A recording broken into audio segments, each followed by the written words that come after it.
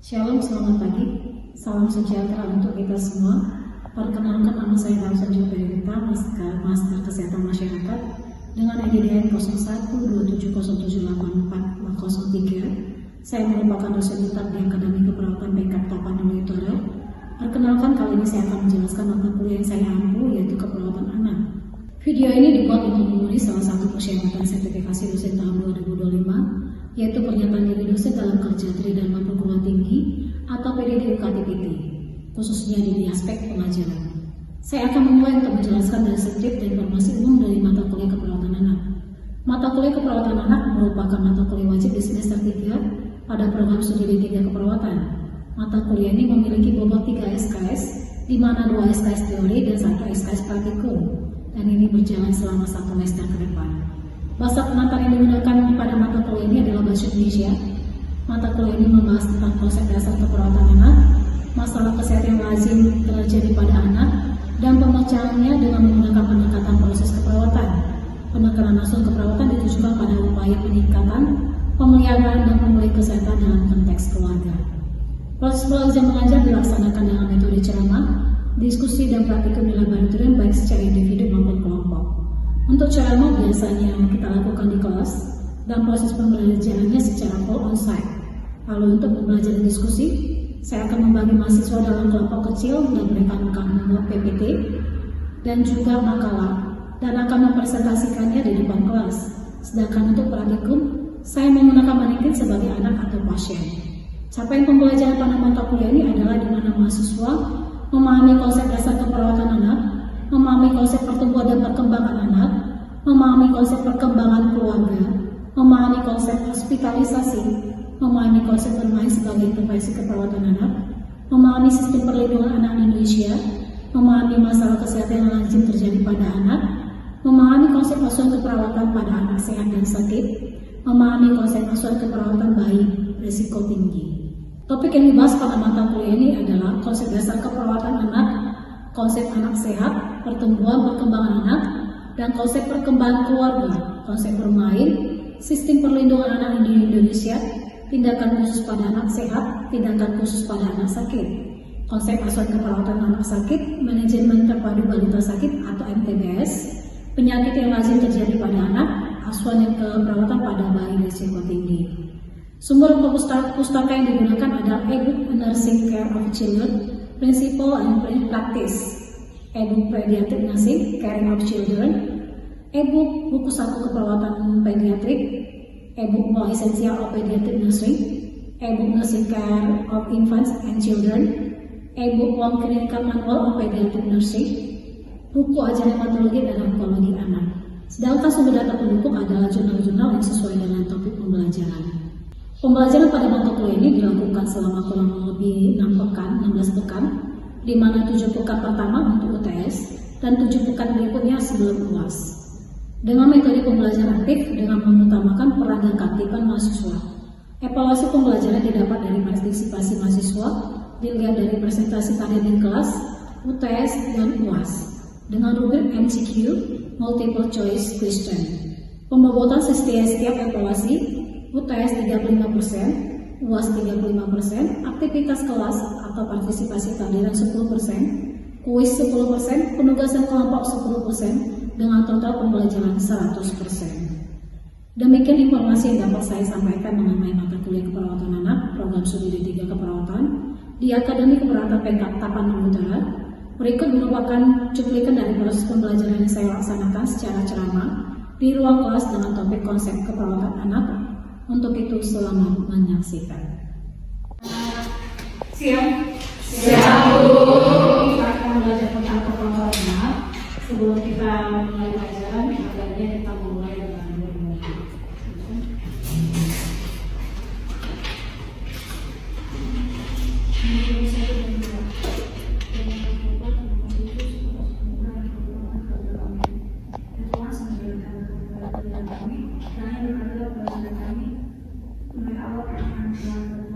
Tuhan, banyak dosen apa yang kami berbuat, kiranya hapus dari orang tua kami dan Bapak Ibu dosen kami, kami berikan mereka kesehatan dan rezeki Allah.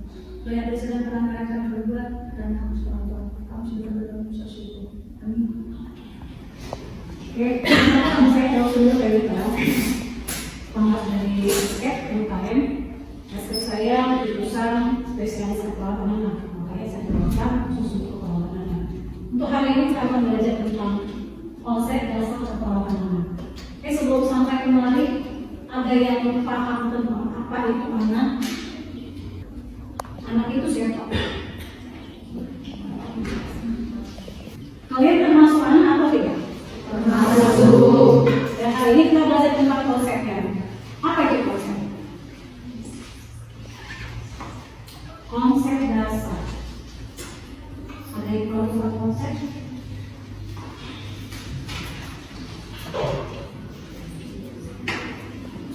Apa yang tahu konsep itu apa? Sebelum kita ke keperawatan.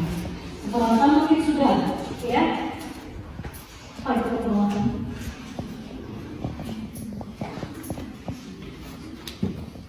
Keperawatan dari kata dasar merawat, berarti merawat, ya.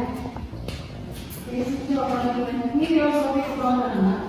Yang pertama, filosofi adalah merupakan pandangan atau keyakinan yang dimiliki perawat dalam memberikan pelayanan keperawatan kepada anak. Filosofi pandangan. Berarti apa? Cara pikir, ya. Keperawatan anak adalah konsisten dengan metode keperawatan dari seorang treatment of your result to actual organizational problems. Itu menurut si dan si tujuannya apa? Kenapa kita harus mempelajari ini? Mencapai dari kesehatan bagi anak sebagai satu bagian dari sistem pelayanan kesehatan di dalam keluarga. Nih, filosofi keperawatan itu ada dua ya. Ada yang pertama itu family center care. Ini dari bahasa Inggris. Segala sesuatu berpusat kepada keluarga. Family center care. Nanti semuanya berpusat di keluarga. Filosofi ini mengenalkan keluarga sebagai suatu kehidupan yang konstan dan individu yang mendukung, menghargai, dan meningkatkan kekuatan dan kompetensi dalam memberikan asuhan kepada anak. Ini keluarga merupakan unsur penting dalam merawat anak, mengingat anak adalah bagian dari keluarga.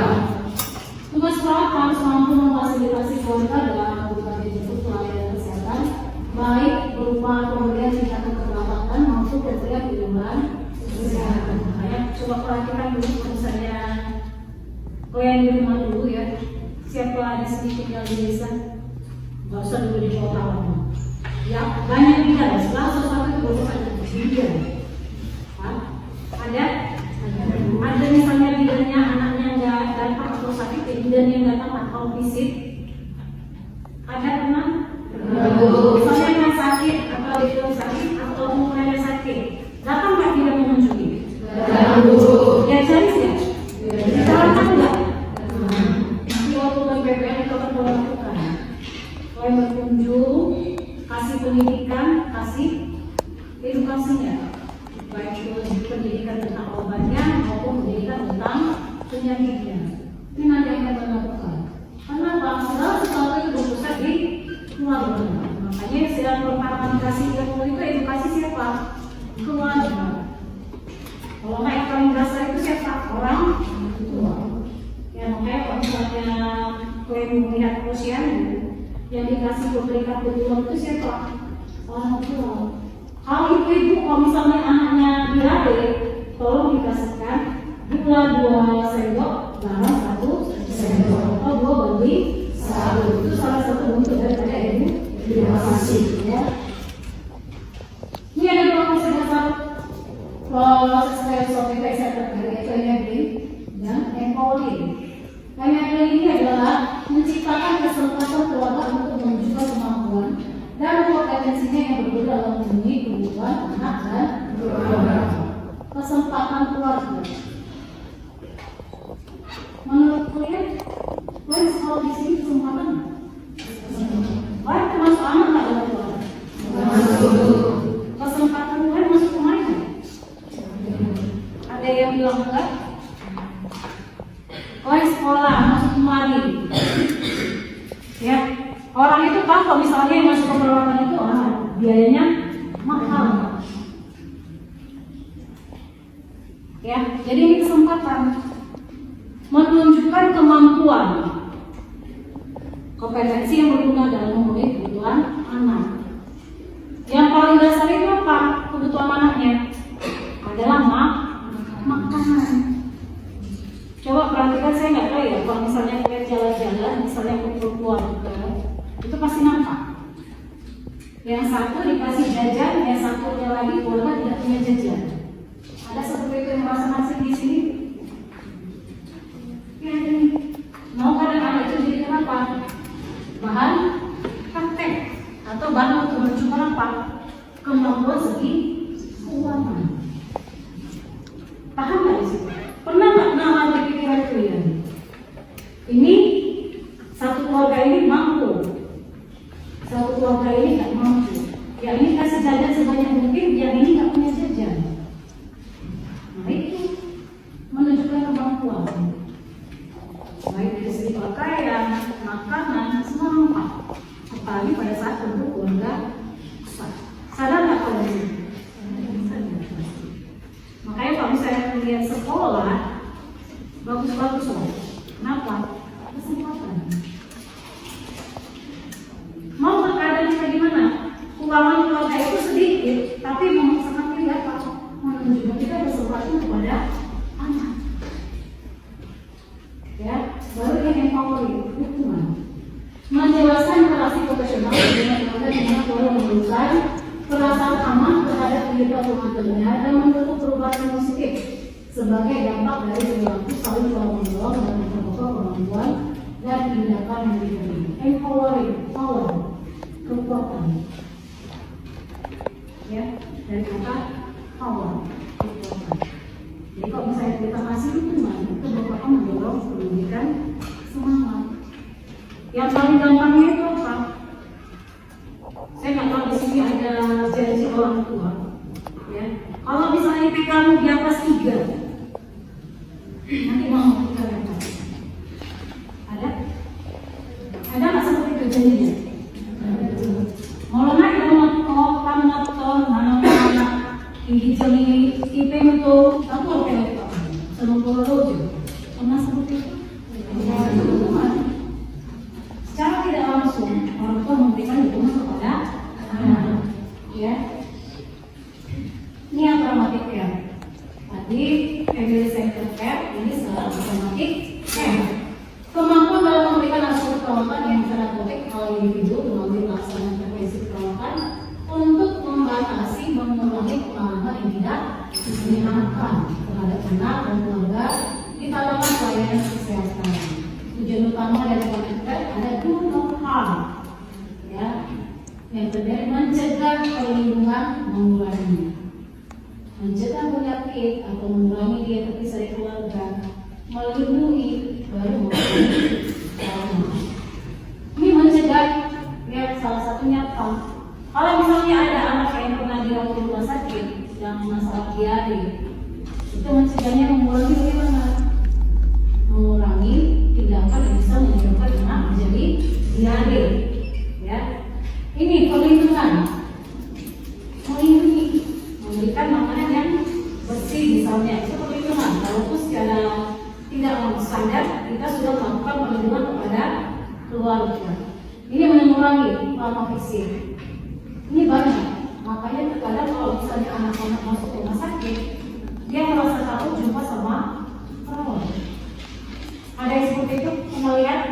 Kalau misalnya perawatnya datang, anaknya langsung nangis-nangis, menjerit. Caranya bagaimana? Nanti pada saat ada jam tertentu kita akan melakukan yang namanya terapi bermain. Ya, kalau nanti punya tingkat 2, kita akan melakukan namanya terapi bermain. Tujuannya baik, mengurangi trauma fisik. Baru sekarang kan sudah mengarah ke modern. Ya, sekarang baju perawat itu nggak menonton lagi warna putih dan tidak dianjurkan lagi sekarang menggunakan apa. Justru sekarang kalau bisa yang bekerja di bagian anak itu pakai baju khusus untuk anak. Misalnya gambar melodi, misalnya gambar komik, yang namanya gambar karakter. Tujuannya apa ya? Untuk mengurangi trauma anak. Ya. Kalau enggak apa? untuk melakukan tindakan kepada anak. Contohnya apa? Misalnya pada saat anak dipasang infus, ajak kakaknya, Dek, kamu di sini ya, memang lagi.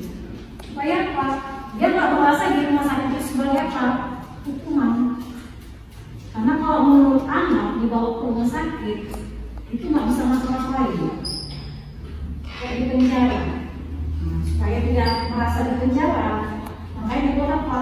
Libatkan keluarga untuk semua tindakan.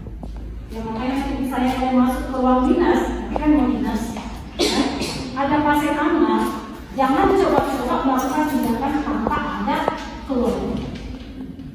Minimal abang atau adiknya libatkan. Walaupun melibatkan itu dalam apa? Mengundang, ajak bicara, ajak bernyanyi, suruh kakaknya misalnya nyanyi, suruh kakaknya misalnya membuat adiknya tertawa. Itu salah satu tindakan. Jadi jangan menjauhkan keluarga dari anak, ya. Ini prima masih adalah menjaga perawat anak selama 24 jam jika asuhan perawatan oleh perawat tidak berjalan. Ini prima ya. Dan jika asuhan perawatan oleh perawat tidak berjalan, ini biasanya dilakukan oleh baby sister. Tahu baby sister? Makanya perawat itu sebenarnya gajinya itu di atas UMR tinggi. Cuman karena kebanyakan kita perawat istilahnya selama di Indonesia, kalau misalnya jumlah kita itu benar-benar yakin segala sesuatu ucapan terima kasih. Ya, terima kasih secara umum untuk pelaksanaan asuhan perawatan pada anak dan menjadikan asuhan yang konsisten terhadap anak serta berfokus pada peran keluarga sebagai bagian komponen integral pada perencanaan dan pelaksanaan. Ya, ini terima kasih. Tadi ada dua yang sudah kita pelajari. Yang pertama apa? Family. Yang kedua apa? Yang ketiga ya. Ini case manajemen. Segala sesuatu itu di manajemen, atur. Ini merupakan sistem pemberian asuhan yang seimbang antara biaya dan kualitas dengan memperhatikan kebiayaan yang berlebihan. Kemampuan perawat dalam mengelola kasus dengan baik tentu berdampak pada proses penyembuhan pada anak. Ini jelas ya. Saya nggak tahu kalian di sini waktu pernah sakit dia selama pernah nggak kalian demam sampai 1 minggu tanpa dirawat, demam selama 3 hari dengan dirawat? Pernah nggak? Kalau dia selama yakin saya nggak dirawat. Ya kan? Pasti ada efeknya. Cuma kalau misalnya kan bagus buang kakak, apa pasti dirawat. Dengan apa? Bukan berarti dia harus 24 jam di depan kuliah. Contohnya kalau dokter apa? Misalnya kalian sakit, kan dikasih misalnya sup, diantar. Di pemahalannya dia cepat sembuh. Kalau enggak apa? Dikasih obat. Kalau enggak apa? Dikasih makanan. Jangan sampai lapar ya dek, ini roti. Pernah seperti itu? Itu dia kemampuan mengelola kasus ya. Ini case management maksudnya di sini kalau misalnya di rumah sakit, ya terkadang ada orang tua itu, saya nggak tahu atau poin pernah di rumah sakit. Terkadang orang tua itu nggak suka kalau misalnya perawatan yang 3 hari itu demamnya nggak turun-turun, sementara itu sudah memang gejalanya. Sementara orang tua tidak tahu, dia kalau apa? Suster dah mau hamil. Obat ini bawa ke paten mah. Asal malu. Pernah dengar seperti itu? Kalau enggak dia merasa dia memang ekonominya kurang, tapi karena mau yang bagus, minta perawatan yang bagus, dia minta pindah ke rumah sakit. Pernah seperti itu? Supaya nyaman anakku, biar cepat sembuh. Sementara enggak, itu sama saja. Ya, itu tergantung masa inkubasi daripada penyakit. Ya ini. Seperti itu buat apa? Yang terkadang buat orang tua itu apa? Kehilangan banyak uang. Bayangkan kalau misalnya di masa dewasa kok banyak 200. Ditip kok banyak hampir 800, bahkan 1.200.000. Ya, dari 2.200 ke 1 juta udah sangat berpengaruh. Coba itu nggak usah 5 hari, 5 hari itu udah berapa juta ya. Sementara perawatan obat juga masih sama. Yang beda apa? Hanya ruangan. Kalau misalnya di bangsa nggak ada apa-apa, nonton TV-nya untuk bersama. Kalau di ruangan dia fungsinya di ruangan itu saja bedanya. Cuma terkadang orang apa nggak sadar. Sama dengan pemilihan obat generik sama obat paten. Yang kemarin kita ada belajar farmakologi, itu obat paten itu nggak ada. Itu dikatakan obat paten. Kenapa dikatakan? Dia itu bayar pajak, bayar nama untuk peredaran obat. Makanya dia adanya sama. Sementara generik itu tidak ada pajak dan itu tidak apa dan tidak digunakan oleh pajak juga. Jadi itu dari data dasarnya. Misalnya paracetamol, ya itu acetaminophen itu di dalamnya paracetamol. Kalau misalnya dia obat paten ya itu seperti Samol itu ya, makanya kalau saya kalian beli itu di atas 25.000. Samol, Tempra itu di atas. Dasarnya apa? Paracetamol. Makanya pada saat dibayarkan Tempra itu di atas 35.000 kalau saya nggak salah. Sementara paracetamol itu 10.000. Itulah bedanya. Kenapa mereka harus bayar ke pemerintah untuk pajak sama legal dagangnya supaya tidak diambil pemerintah. Sementara generik itu apa? Obat yang langsung diproduksi oleh pemerintah. Mungkin gimana tuh? Sama. Makanya perlu apa? Cash manage. Harus bisa semua di manajemenkan. Kalau misalnya hal seperti ini, berapa biayanya? Kenapa? Semakin biayanya mahal, kemungkinan besar apa? Itu perawatannya bisa putus. Atau kebanyakan apa?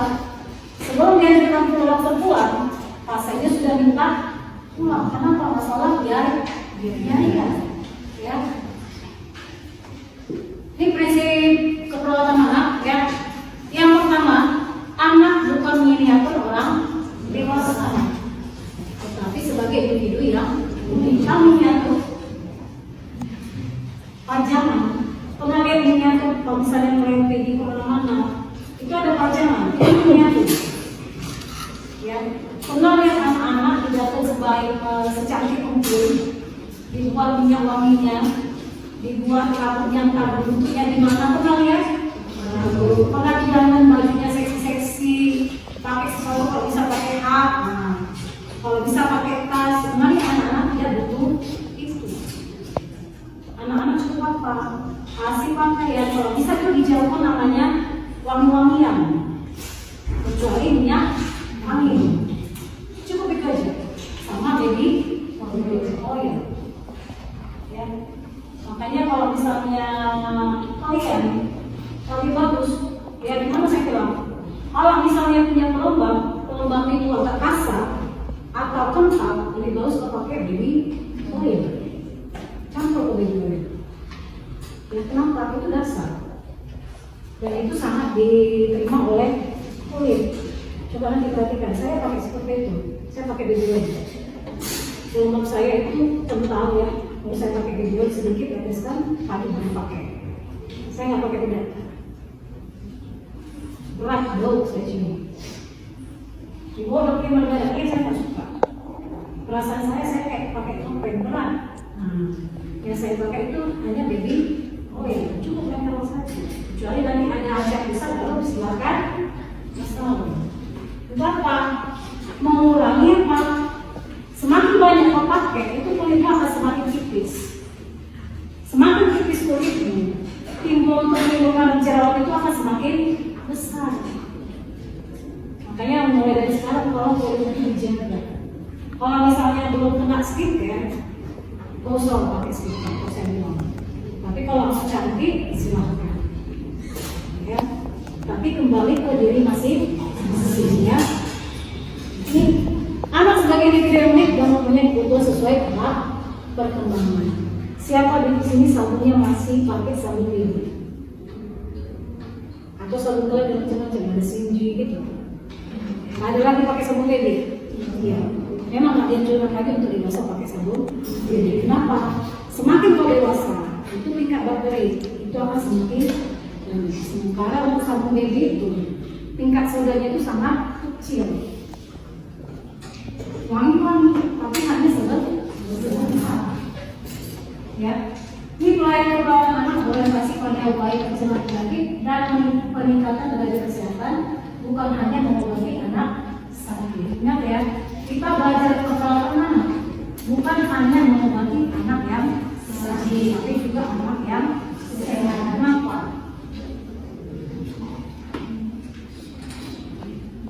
Kenapa? Ada yang tahu? Kalau dia sakit, kita pantau penyakitnya. Kalau dia sehat, kita pantau tumbang. Silakan sendiri. Kalau saya sebutkan, izin saya ingin tanya tentang community care yang menjadi pertanyaan saya, Bu, bagaimana cara mengatasi anak yang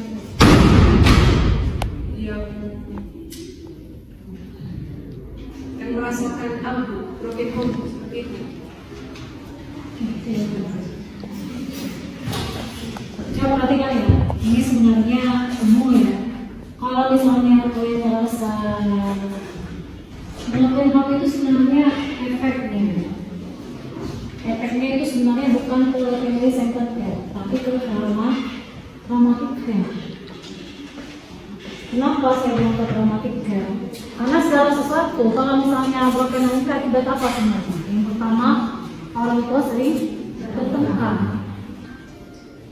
Kalau orang tua sering bertengkar, marah-marah, otomatis anaknya bagaimana? Risikonya bagaimana? Psikologisnya bagaimana? Pasti terganggu. Kalau misalnya dia orang dewasa, otomatis pikirannya apa? Nggak mau. Nanti pasti kayak orang mama sering berantem. Itu sebenarnya bukan ke family center, tapi ke traumatic care. Yang kau lakukan di situ apa? Bagaimana supaya dia merasa tidak merasa sendiri? Ya, sekarang orang yang coba kalian perhatikan ya, yang broken home itu kenapa kebanyakan itu hancur? Ya, kenapa? Karena tidak ada yang namanya asa, asih dan asli. Semua serba cuek. Yang bantu dia untuk mengasah pikirannya siapa? Nggak ada lagi. Ditanya mamanya egoisnya lebih ke diri sendiri. Ditanya bapaknya juga seperti itu. Kasih. Bapak mamanya sudah nggak satu lagi. Otomatis yang memberikan kasih sayang siapa? Kasih sayang orang tua itu berbeda sama tapi itu berbeda. Ya, dari asuh. Kalau misalnya sudah letak, nggak bersama, siapa lagi yang menjaga? Makanya dia tidak ada tempat dia bingung mau kemana. Makanya sebenarnya bukan ke family center care, tapi lebih bagus ke alternatif. Caranya bagaimana? Kalau misalnya ada tempat atau lembaga yang bisa mengambil, merawat, bagaimana supaya dia enak di sana? Tidak merasa apa? Tidak merasa nanti kalau misalnya aku ke sana tetap sama seperti di rumah. Intinya bagaimana? Bagaimana si anak supaya merasanya nyaman, enak, sehingga kembangnya juga tidak terganggu. Coba perhatikan ya, semua anak-anak yang mengalami broken home atau keluarga yang hancur itu pasti pemikirannya mati, emosinya mati. Coba kalian perhatikan, emosinya pasti gimana saya bilang? Pasti nggak bisa menyelesaikan masalah. Ya, saya lupa. Ada lagi? Untuk mengapa pendukung pertumbuhan atau perkembangan anak adalah keluarga atau kedua orang tua. Cara saya kan Bu, bagaimana jika kebutuhan hidup anak tidak tercukupi? Itu kembali ke pribadi masing-masing. Ya, yang pertama, sekarang program pemerintah banyak. Kalau misalnya masih ada anak yang kebutuhan tidak terpenuhi, itu kembali ke keluarga. Makanya lakukan program. Kalau bisa jangan banyak anak. Yang kedua, bantuan sekarang banyak. Kalau misalnya nggak ada uang, minimal rajin bawa anak ke posyandu. Di posyandu itu ada namanya makanan tambahan, ada susu. Yang ketiga, ya, kalau misalnya kayak jadi orang tua, uang nggak ada, minimal apa? Kerja. Kerja bukan berarti untuk mencari uang apa? Tanam yang bisa kita tanam. Ya, misalnya makanan saya aja itu udah bisa memperbaiki gizi yang makmur. Jadi jangan nggak ada istilahnya nggak ada uang. Yang pasti kalau kerja pasti ada uang. Makanya ada istilah orang kota apa? Banyak anak banyak rezeki. Coba anaknya itu ada kawin, pasti rezeki itu sama. Kalau sekolah, saya akan perhatikan. Kalau sekolah hari ini, ya itu rezeki orang tua. Kalau ada berhenti sekolah, ya itu makan ada lagi. Makanya sebenarnya yang dikatakan sekolah kita dulu, orang batak dulu, banyak anak banyak rezeki itu berhenti. Ya, ada lagi.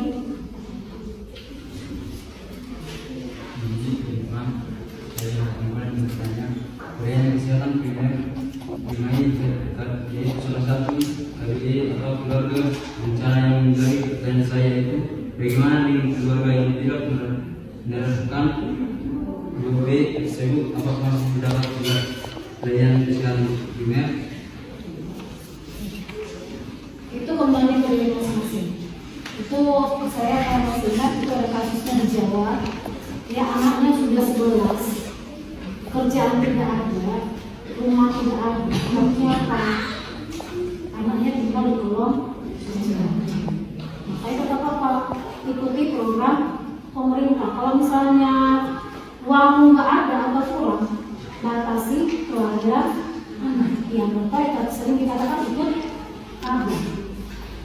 Ya, saya nggak tahu di sini ada keluarganya di atas 11 sih. Ada 7. Ada keluarga 7 saudara? Ada. Bukan 7 saudara. Saya kasih buah. Ya. Cuman lagi, kalau misalnya kau sudah merasa tidak cukup uang, silakan ikuti program. Ya. Ada lagi?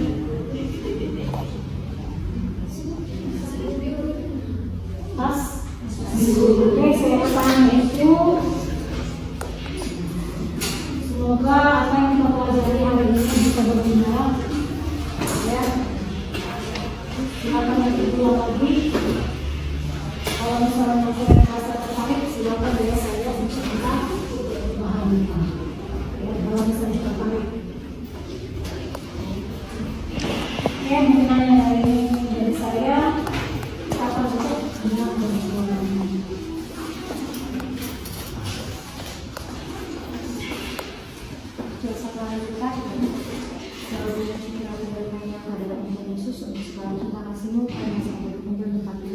Dalam keadaan saya tidak berlangsung.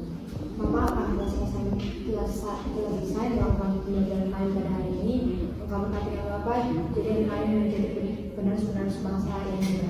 Jadi Bapak untuk kami dalam dari kami berikan kesehatan kebahagiaan dan perkara yang daripada dengan tidak lupakan juga pilihan kami di mana mereka berada, apapun pekerjaan kami mereka kabupaten. Terima kasih Yesus. Oke, dan ini dari saya selamat sore.